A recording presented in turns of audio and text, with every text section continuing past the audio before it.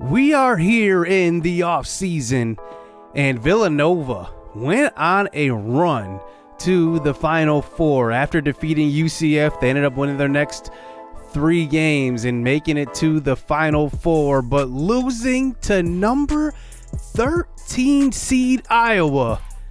And Iowa went on to the championship and ended up winning. Now, I'll need to fact check this, but a number 13 seed winning the national championship, I think, is the lowest seed ever to do such. Iowa went 25-12. Congratulations to them. Wow, what a historic run for them. UCF went 23-11 total in season number 1, and now we move into the offseason with some new hope. Now, during last season, I should say, we did lose our starting center in senior Domas Markunas, and he is very, very good. But going into the offseason, Nathan Manning was already a commit to our school. We didn't highlight him much, but he averaged 7-7 and 2 blots per game. So now we officially move into the offseason. Domas Markunas is graduating, but a surprise player is transferring. Larry O'Neal will move away from UCF. One thing I like about this game is when transfers do trigger, it's usually within the conference, so you will never lose sight of them. But Larry O'Neal wants out. He could be upset based on how we handled his role. We kind of had him as a starter going into the season. Then halfway through the season, we brought him off the bench. He probably did not like that, and because of it, he transfers away. We will see where he ends up here at the end of this episode, but I want to talk about recruiting. Now, I do have some restrictions, obviously, in this game. Recruiting is very, very simple. You basically just call, scout, recruit. Pretty self-explanatory. So what I will do for my restrictions is I will add 15 targets to our board and only recruit guys that are 3 stars and below and that are of high or highest interest in our school. And they also have to be on the eastern part of the US. So these are the guys that we will see. Now let's get to the list here. Now you just saw our first target there. Malcolm Miller is our second. Now he is the second highest ranked recruit, averaging 10 points a game. 4 rebounds a game isn't very impressive, so we will just keep an eye on him. Levara Collins is third. He's ranked number 234 as a power forward, 6'10", and he looks amazing, averaging 18 points a game, almost 4 blocks a game, 12 rebounds a game, 1.5 assists. I don't care about the 3-point shot, but this is the type of player that I want to bring to the program. He just looks overly impressive, and I'm going to continue to scout him and recruit him. And he is just a guy that I have been hoping for. I want a guy with size that can definitely contribute, and he is out of Mississippi. So he's a guy that I really want. I want the guy that can really put the basketball in the hoop, that has size. Bongani Mwangi will definitely improve from year 1 to year 2, but I definitely want to have somebody else that will be another scoring option. I think that's definitely where we struggled last season. Now looking at Ben Joseph, he is 6'6". He is averaging 8.6 points per game, 5 rebounds as a wing. I'm very disappointed with his 3-point percentage, so I will kind of leave him alone. I will kind of keep him on the back burner though, because he is decent and he is highly ranked, so it means he will come in with a higher overall. Then there's Isaiah Gardner, and he is actually not bad as far as scoring. 14.8 points, actually 14.8 3-point percentage, 9.4 points per game. Only 2 rebounds though. I wish he was a better rebounder, but I do like his versatility. He's a guy I'm going to kind of keep on the back burner as well and see if I should come back to him. We have 3 scholarships. I did not highlight that, but we have 3 to give out. So that is definitely something that, we want to keep in the top of our mind. Samuel Mccain is the first real true guard that we are going after here. 11.1 points per game, 2.5 rebounds, but a 55% 3-point percentage. This is what we were waiting for as well. So I will not waste any more time. I will recruit him further, make sure he knows that we are interested in him, because this is the type of guy that I need. I need another 3-point shooter. I just need it, because there are games where we just need a shot. We just need to make one. And I think that Mccain can make up for that. Now, Bobby Hopkins is next. He comes in at 16.6 points per game. He is actually very, very athletic. 11.6 points per game as well. The assist total is decent. He's good, but I just want a shooter at point guard. So right now, I'm going to pass on him. Gomer Koch, an interesting name right there. 12 points per game. I don't see anything special about him right away, just looking at him. So we are going to pass right away. Hendrick Potter is next, number 421 in the country. He is averaging 15 points a game. At least we know he can score the basketball. He also has a pretty good rebound rate, 4.9 rebounds per game as a 3. So that is actually not too bad. I thought about going after him, but with 3 scholarships, we need to be careful. We also only have 2 guys that we're interested in out of the 10 we've went through so far. So I have to kind of like somebody. We haven't fallen in love with somebody yet, except for maybe Levara Collins and then the shooter. So we're really looking for that third recruit we want to go hard after. Eric Williams is decent. I like him. I'm going to scout him some more and see, what his game actually is with the scouting report, not just his stats. He has decent stats right now, and I don't want to recruit somebody that's like ranked 1,000. So he's right in the middle. He's at 449. And we will see what he ends up being. If he ends up coming back with a good scouting report, we might offer him that third scholarship that we're thinking about offering. Now, Richard Henderson is next. 11.9 points per game, 9.8 assists. Very, very interesting. So he can actually distribute the ball at a very good rate. Now, I wish that his 3-point percentage was higher. He would definitely be the third guy I go hard in after, but we'll have to see. Pause. And we'll see. He's out of South Carolina, 6'2", and he's a guy that I will also, just add to the list of guys that I might potentially go after.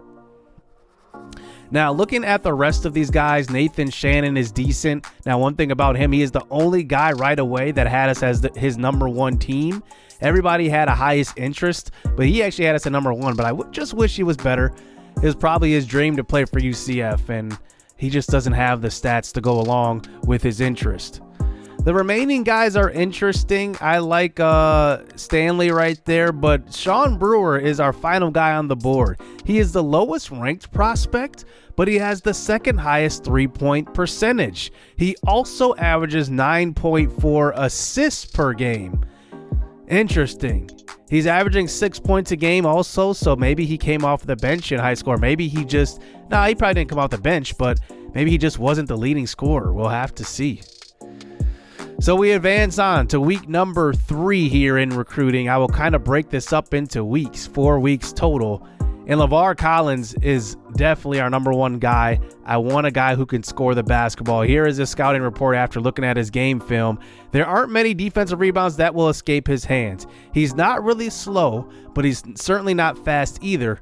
And he wants to go pro after 1 season. Now, the going pro scouting report, that's usually on everybody's scouting report, even if they're like very terrible. They say they want to go pro, but that often doesn't happen. They're probably going to stay all 4 years unless you manipulate the system. And kind of how we will do it is if somebody has an All-American year, I'm going to make them go pro. That's just how I'm going to do it. But Levar Collins, I really, really like him. There's no doubt in my mind he's going to get one of these 3 scholarships. So he will officially be offered that first scholarship. I wanted to wait for the scouting report to come back before making an official decision. But B- outside game and a C+ inside game. How does he have that high of a outside game as a big man? I'm intrigued, and I want him at UCF. Now, Samuel Mccain is next. He comes in with a B- outside game, a F inside game, C- passing, 55% from 3. We obviously know how he can put the ball in the basket from 3. But let's look at this scouting report. Unbelievable speed. We've heard scouts say that his 40 time is a 4.4. That is very, very exciting to hear because we want somebody who can also run the break. has some potential, but right now he's only an average rebounder. Not really concerned with rebounders. He's a 6'2" guard, and he will always have his eyes on the pros. That's enough to get me to offer him a scholarship. I am excited to bring him to UCF, and he will get the second scholarship that we will offer here. Now, right now, we are the number one school for him, which is very, very exciting. And usually when you are the number one school and you offer that scholarship, they will commit. So we will see what happens in week number 4 if he does end up committing. Now, looking at Eric Williams, I scouted him a little further. We already offered 2 scholarships. We have 1 more remaining, so we have to make a decision on who that third scholarship will go to. Williams is decent. I want to definitely look at this scouting report. One of the best defensive rebounders we've seen this year, so that is actually very, very encouraging, but doubtful that he will develop to anything beyond average court speed. I'm not really that concerned with that. Like, court speed isn't huge for a big man. I just need a big man that's going to do big man things.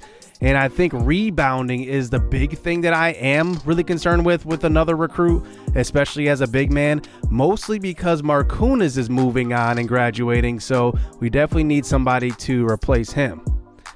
Then there's Richard Henderson, averaging 11.9 points per game, and also has a assist rate of 9.8 per game. And looking at his scouting report, he can easily get by his man because of his outstanding quickness, has some potential, but could be an average rebounder. I do like the quickness aspect because, like I said, I want guys who can run the break well. We do cause a lot of turnovers, so having a guy that can do that well is important. But we will move on to Sean Brewer, who I was holding on to here at the end because he is number 70 ranked. He's the fastest guy on an athletic high school team. His ability to clean up the defensive glass is average at best. Interesting that they give you scouting reports based on other things that don't really matter regarding their position. But that 41% three-point shot is very, very intriguing. But we had to make a decision. Do we go after the best shooter, who's maybe the lowest ranked guy remaining? Or do we go after the guy that is the highest potential in Davis? Well, we move on to week number 4, and Levara Collins commits. We had no issue getting him. I'm excited because he is going to be a big contributor here, probably as a true freshman. Isaiah Gardner ends up committing to Notre Dame. He was one of the guys I was considering there, but he makes the decision for us. Samuel Mccain is next. He is an awesome shooter. He commits to UCF. We were first in line for both of them, so that was no surprise. And then we need to make a decision. Is it Marcus Davis or is it the shooter? Davis has the highest potential, in my opinion, at number 190 in the nation.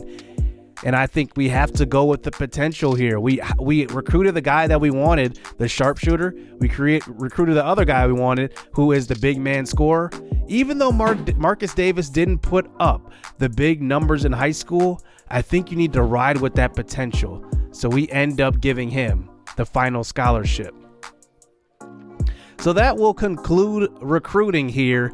And I just want to highlight this. How about LBSU? Our former dynasty ends up getting the number 3 ranked player in the country in Chris Lawrence. I will try to schedule them just so I can see him play.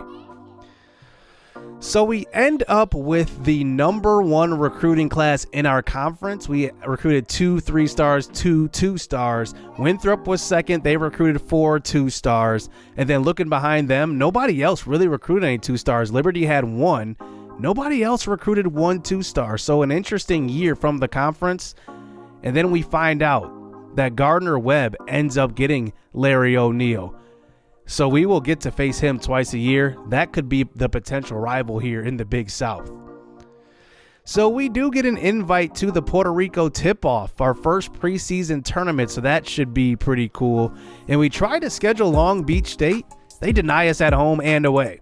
That's one thing I like about this game, and I wish they might put this in NCAA football, the new game, is that when you do try to schedule teams, they can decline it. That's a pretty cool feature, to be honest with you.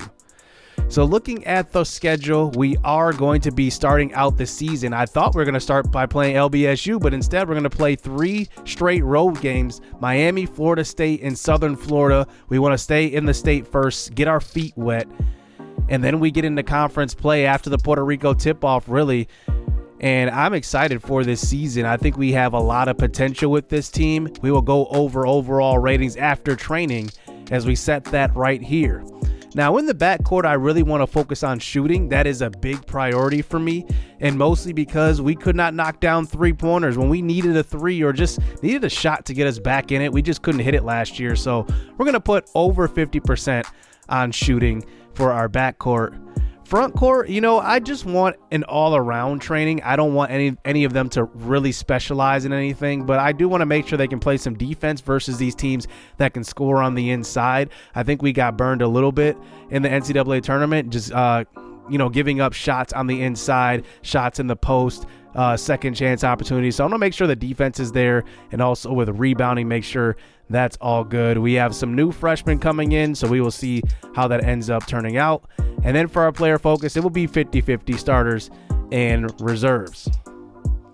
So I do want to highlight our freshmen incoming. Now, I always do rename recruits, so let's start with Levar Collins. He gets renamed to Reese Mohanik, and he is a very, very good player. All around, good rebounder, good scorer. His inside scoring is 72. I'm surprised it's that low, but he also can play defense. He's got one of the highest field goals on the team at 81, which is very, very interesting. We'll see how that develops when he starts scoring in sim situations as well. Now, Justin Credible will be replacing Samuel Mccain. Now, a few episodes, you guys had the opportunity to submit your guys.